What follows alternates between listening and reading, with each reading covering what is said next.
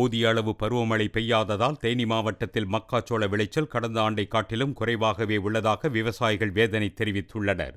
அத்துடன் கடந்த 3 மாதங்களுக்கு முன்பு 2800 ரூபாய் வரை கொள்முதல் செய்யப்பட்ட ஒரு குவிண்டால் மக்காச்சோளம் தற்போது 2500 ரூபாய் வரை மட்டுமே விலை போவதாக விவசாயிகள் கூறியுள்ளனர்.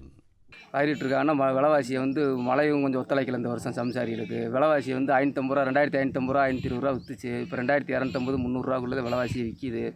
அதனால் சம்சாரிகளுக்கு ரொம்ப கட்டுப்படி வரல. வேலையாளர் சம்பளம் கூடுதல்.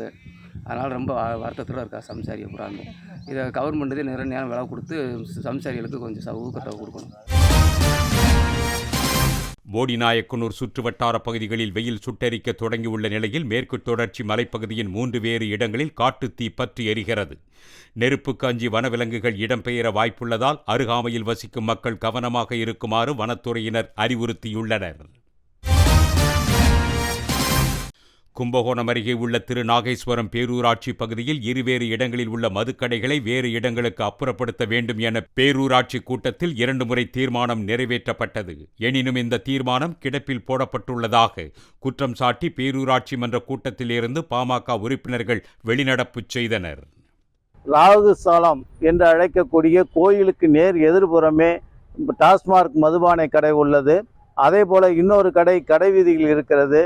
இதனால் மக்களுக்கு மிகப்பெரிய இடையூறுகள் ஏற்பட்டு பேரூராட்சி மன்றத்தில் 2 வருடங்களில் 2 தீர்மானங்கள் நிறைவேற்றி அரசினுடைய கவனத்திற்கு, அரசு அதிகாரிகளின் கவனத்திற்கு கொண்டு சென்றிருக்கிறோம்.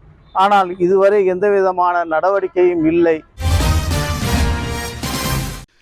அரியலூரில் 6ஆம் வகுப்பு மாணவிக்கு பாலியல் தொல்லை கொடுத்ததுடன் கொலை மிரட்டலும் விடுத்த சுரேஷ் என்ற தமிழ் ஆசிரியரை காவல்துறையினர் போக்சோ சட்டத்தில் கைது செய்து விசாரித்து வருகின்றனர்.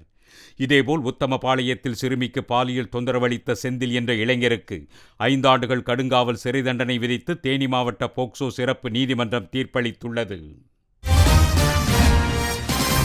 புதுச்சேரியில் போலி கிரிப்டோ கரன்சி நிறுவனம் தொடங்கி 10க்கும் மேற்பட்டோரிடம் 2.5 கோடி ரூபாய் வசூலித்து மோசடியில் ஈடுபட்ட நிதிஷ் ஜெயின், அரவிந்த் குமார் ஆகிய 2 பேரை காவல்துறையினர் கைது செய்தனர். இந்த பண மோசடியில் மேலும் 10 பேருக்கு தொடர்பு இருப்பதை காவல்துறையினர் கண்டறிந்துள்ளனர். திருப்பத்தூர் மாவட்டம் நாற்றம்பள்ளி அருகே ஜங்களாபுரத்தில் பாரம்பரிய எருதுவிடும் விழா நடைபெற்றது. இதில் 200க்கும் மேற்பட்ட காளைகள் கலந்து கொண்டு சீறி பாய்ந்து ஓடின. இதனை சுற்று வட்டார பகுதி மக்கள் ஆரவாரத்துடன் கண்டுகளித்தனர்.